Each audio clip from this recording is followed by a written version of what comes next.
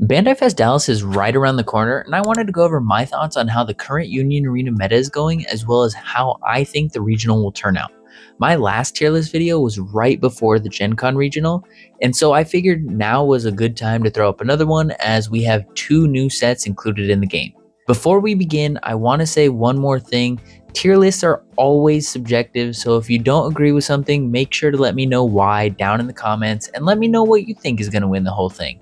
Will it be Blue Mustang again? Will it be another brand new contender? Or will it be something else entirely? I'm curious about everyone's thoughts. Let's hop right into this tier list, and this time I'm going to just show you the whole thing instead of going one by one.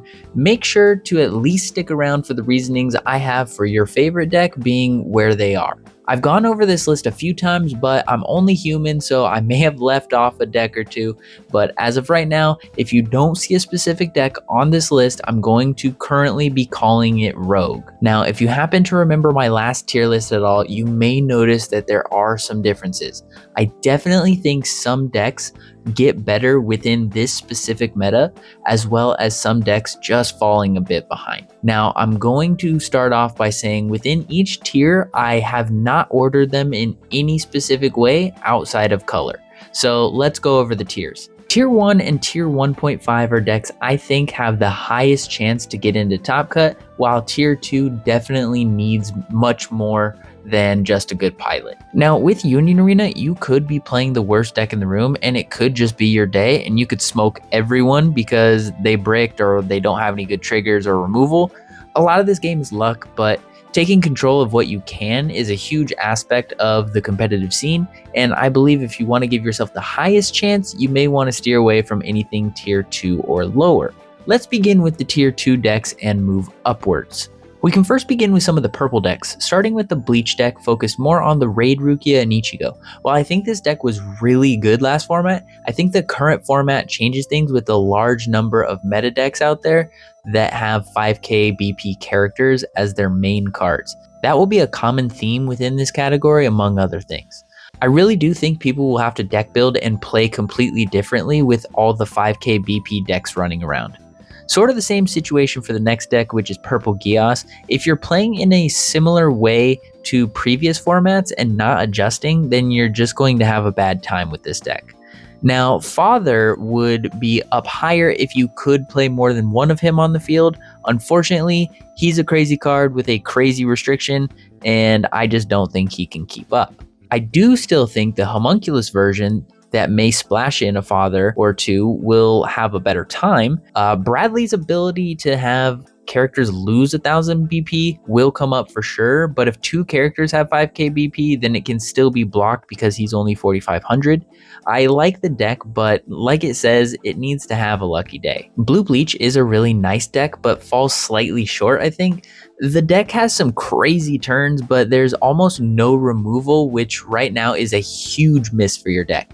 If you leave certain cards on the field for more than the turn they're played, you're most likely already losing. Next, we have Blue Gios. This deck specializes in resting cards and then getting abilities from that.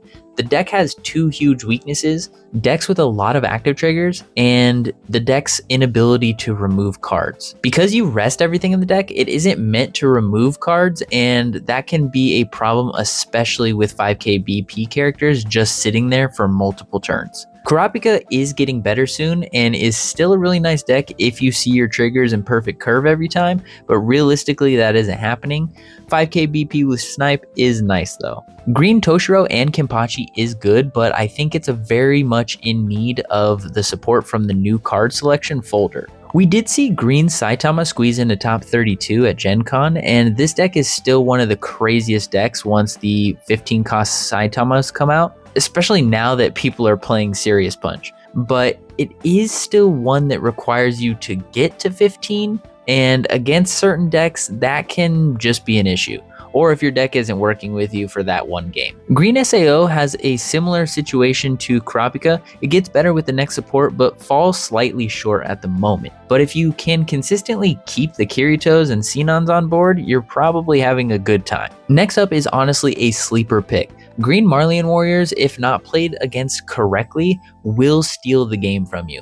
If your opponent is able to get out the Raid Reiner on you early, and if you're playing a deck that can only remove it out of life, then you're probably just losing. I will say though, sometimes players with this deck will just see the Colossal Titan and play it because he's the big guy of the deck, but that shouldn't be the point of the deck. A lot of decks can attack multiple times now, and if the 10 cost is on the field, then the front line is limited to 3.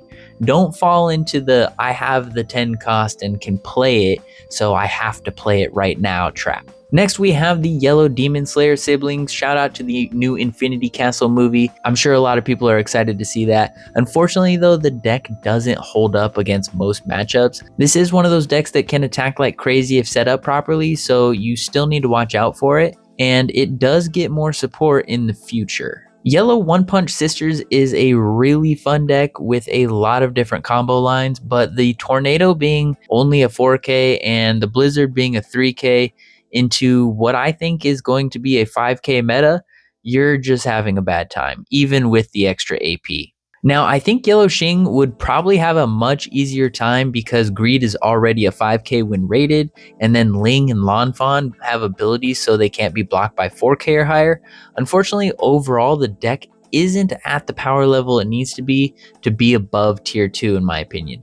Some of the cards just don't do enough, and sometimes you can just not see your greeds. Moving on to the final color in tier 2, we have Red Ashford. This deck took 15th at the Gen Con Regional, proving that aggro is still a really nice strategy.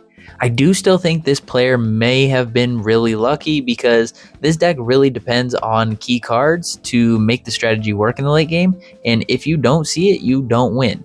I love this deck, but honestly, I just want the red Nonali that Bandai is holding out from us, so I don't want this deck to do anything that would stop them from giving it to us. And if it keeps getting high placements, we might not ever get it. Then we have the other red Gios in that of Pizza.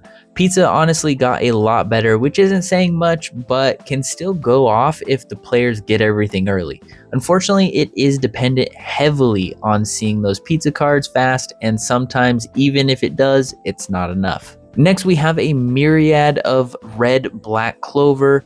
I think each of these variants are all around the same power level, with some being better or worse, but all having their own pros and cons. I think the main thing is that the 5 cost Asta really loses power because he can only sideline a 4K BP or below. At Dallas, I think there's going to be a lot of 5K BP running around, so it's just going to be that much tougher for these decks. Now for the last deck in tier 2, we're going to talk about the 104th Cadet Corps, brand new red Attack on Titan. This deck is very aggro, just like Red Ashford. Some decks are also opting to not play the final in lieu of being able to play cards from their special for free for extra attacks. However, there lies an issue. The special doesn't remove cards, so the deck has a hard time getting rid of problem cards, which is why I've placed it in tier 2. Moving on to tier 1.5, again, these are decks I would not be surprised if they squeeze into top 16. I don't think any of these will flood the top cut like we had with Mustang at the Gen Con Regional, but these are the ones that I believe can still do it with how the current meta is going. Starting with Renji Rush, this deck, while being an aggro rush style deck, still has a ton of removal for any BP amount, making it easier to get rid of those larger and more dangerous characters. And remember, the 5 cost Ichigo is still one of the only cards that can sideline any Saitama with his ability. That's powerful. Next, we have Purple Gios again, but this time focused on the color trigger Lelouch with the Action 2 support. That card, as well as the Gurren flight-enabled version, are pivotal in this deck's success, with Lelouch not being able to be blocked by 4,500 or more getting past the 5Ks, or something potentially hit by an active trigger, and the Gurren not being able to be blocked by 3,500 or higher for only a 3 cost as a raid. The Volume 1 deck didn't reach top cut at Gen Con, but I think this is still a solid strategy to go with. Then we have all the blue JJK Sukuna variants, starting with the Hybrid Nanami and Sukuna. This one I feel is set behind unless played in a very specific way. You need to save your Nanamis to get over the 5K characters and hope your Sukuna sticks to at least remain a 5K attacker for you. The more pure Sukuna version with the 5 cost, I think may be a good choice if you're playing blue JJK, because the Sukuna can rest cards and is yet another target for Shrine. I do think the bounce Yujis are a bit worse in these decks now though, so something to definitely think about. As for the high energy Sukuna deck, I think both the 6 cost and the 7 cost Sukunas might be the way to go in this version, but I do think it's a bit riskier. But if a lot of decks are playing at a slower pace, this deck can really take over at the end. Now, if you want a blue deck that can take over in the beginning, these next two might be for you. Blue SAO is very powerful still with how many attacks it can make in one turn, along with being able to have the Asanas have 5k BP and impact. Then the blue Historia deck is also an attacking machine, but with a mix of yellow One Punch Sisters in the fact that you can restand your AP a lot every turn. Getting to 6 events can easily be done on the first turn you have 3 action points, and while I don't think it's meant to be a rush style deck like that, the action point usage in this deck can be crazy. Now for Blue Levi, I think a lot of people are playing this deck, and right now, personally, I don't see it.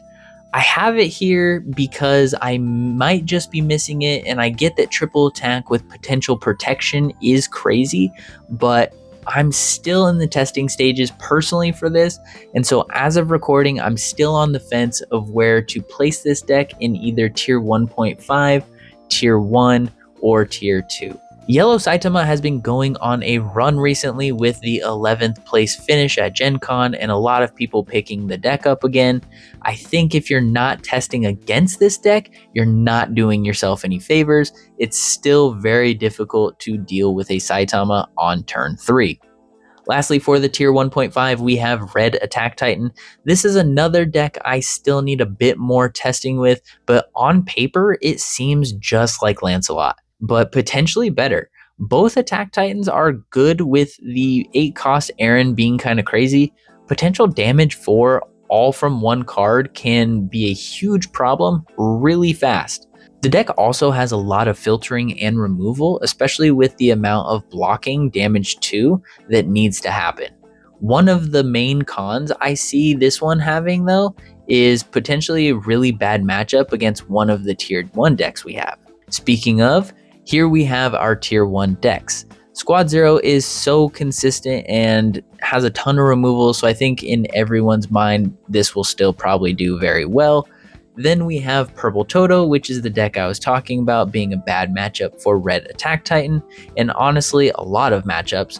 Being able to swap double energy from the opponent or potentially sideline a site with Mechamaru is why I think this deck might have a really nice time making its way to top 16. Then we have Blue Mustang. In my initial tier list, I put it at 1.5, and I knew the deck was crazy, but I just wasn't confident in my ability to say it was going to be a tier 1 deck. I let myself listen to the masses saying all the full metal decks wouldn't be great, and it made me doubt my thoughts on the deck. Obviously, the deck represented a ton of the top 16 and took the regional by storm. I think the power is still there, and I don't think this deck will have to change its style too much to adapt to the new 5k BP meta. Speaking of 5k BP, we can finally talk about Lancelot. This is the deck everyone's talking about right now, and it's for good reason. The deck was always powerful, but had a problem with non-triggers and the consistency. Well, Code Geass Volume 2 definitely fixed that. If this is the deck you're going with, I wouldn't be surprised as it's a true powerhouse now. I think a lot of people are going to be playing this because it's very consistent and very easy to play. It has a bunch of removal and a bunch of 5k characters, so you can block mostly anything. And if you're deciding to play this deck, or even if you're not, remember this one thing. The new 2-cost Nonali only generates the extra energy when the whole energy line is full.